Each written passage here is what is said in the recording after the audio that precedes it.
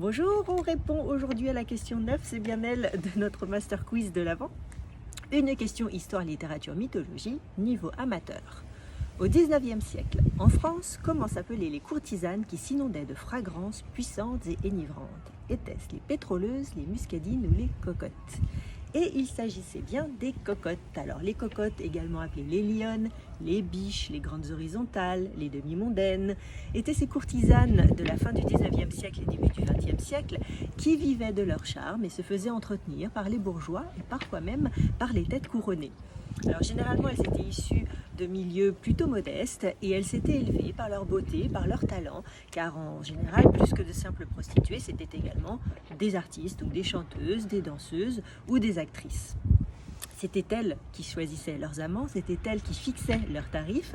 On se souvient par exemple de la belle Otero qui pouvait facturer jusqu'à 25 000 francs la demi-heure pour passer avec elle. Donc des sommes faramineuses, souvent accompagnées de fourrures, de bijoux, de robes de grands couturiers, des toilettes souvent très emplumées, ce qui leur a valu d'ailleurs ce petit sobriquet de cocotte. Alors à une période où les parfums se font plus légers et sages, les cocottes, elles, s'inondent de parfums capiteux, enivrants, avec des notes très animales, le musc, la civette, le patchouli, l'ambre et des fleurs narcotiques aussi, comme le datura, la tubéreuse, le narcisse. C'est sans nul doute de cet excès de senteur forte que vient l'origine de l'expression « sa cocotte », cocoter, sentir la cocotte. Cette expression était celle qu'utilisaient d'ailleurs donc les femmes légitimes de ces bourgeois qui avaient leur cocotte quand elles sentaient sur eux cette odeur vraiment très capiteuse. Donc elles disaient sa cocotte.